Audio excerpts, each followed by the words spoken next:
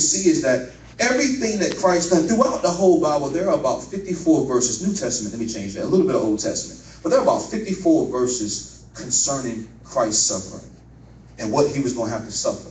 Yeah, we always talk about how good he is and how great he is. We never look at what he actually had to go through. We complain about little things and don't look at what he had to go through. Christ was suffering before he even got conceived. Just the thought of him coming brought problems. So Joseph, knowing it, in Matthew 1:19, it says, "Then Joseph, her husband, being a just man and not willing to make her a public example, was minded to put her away privately.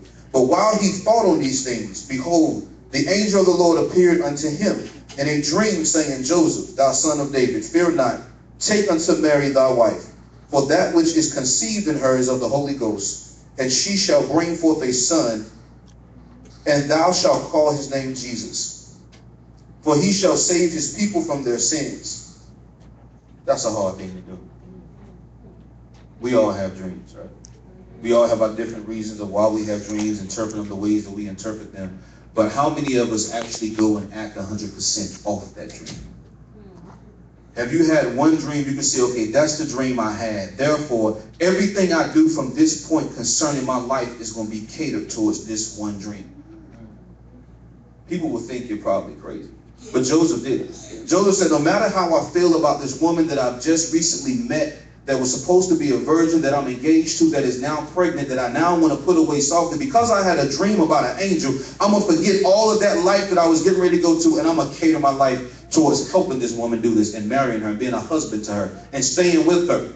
That's a hard thing to do. It's hard enough sometimes. If man is unsaved, it's hard enough to get him to take care of his own kids. Better yet, deal with you and yours when you're pregnant, not by him. That's a hard thing. But that just goes to show this is all of what was being put in place. But it was the faith of the people that had brought that. It was Joseph's faith. And I don't know why the word doesn't give you more about Joseph. Somebody have to ask God about that. Why is there not more spoken about him or what took place? But let's continue going. So after that, we go to Matthew 2:1 after this. We're looking at Christ coming through an almost impossible pregnancy. An impossible birth. To be brought up in a household that would be improper in those days. It ain't like today where you can always see a single parent household. This would have been an improper upbringing for her. She would have been looked at very, very bad, which means he would have been looked at very, very bad. The chances of Mary ever being remarried and him having brothers or anything else prosperous happening to them would be slim to none. It wouldn't happen because she would be deemed to be a certain way. So he's already trying to be tainted. Now it gets down to Matthew 2:1. It says, "Now when Jesus was born in Bethlehem of Judea in the days of Herod the king, behold, there came wise men from the east to Jerusalem, saying, Where is he that is King of the Jews born? For we have seen his star in the east, and are come to worship him."